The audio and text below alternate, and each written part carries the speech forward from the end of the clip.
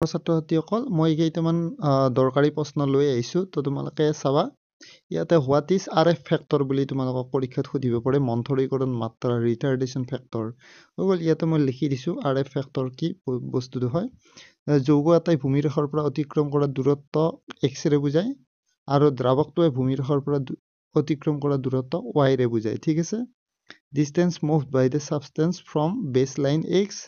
and distance divided by distance moved by the solvent from baseline y এইটো ছবিও আছে মই জাস্ট এনে অলপমান আইডিয়া দিলোঁ RF ফেক্টৰৰ কেনেকৈ লিখা হয় RF ফেক্টৰটো তো নেক্সট তোমালোকে চোৱা পেট্ৰলিয়াম উদ্যোগত খাৰুৱা তেলৰ শোধন কৰোঁতে কি পদ্ধতি প্ৰয়োগ কৰা হয় which technique is used to separate different fractions of crude oil in petroleum industry to fractional distillation হৈ গ'ল আংশিক পাতন বুলি কয় ঠিক আছে তো নেক্সট তোমালোকে চোৱা এতিয়া বৰ্ণলেখন পদ্ধতি কি হোৱাট ইজ ক্ৰমেটোগ্ৰাফি ইয়াতে মই দি দিছোঁ তো তোমালোকে পঢ়ি চাবা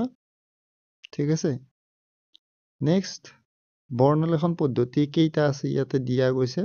তো তোমালোকে এইটো চাবা আৰু নেক্সট তোমালোকে চোৱা ইয়াতে ইংৰাজী দিয়া গৈছে ক্ৰমেটোগ্ৰাফি কি বস্তু তাৰপিছত নেক্সট তোমালোকে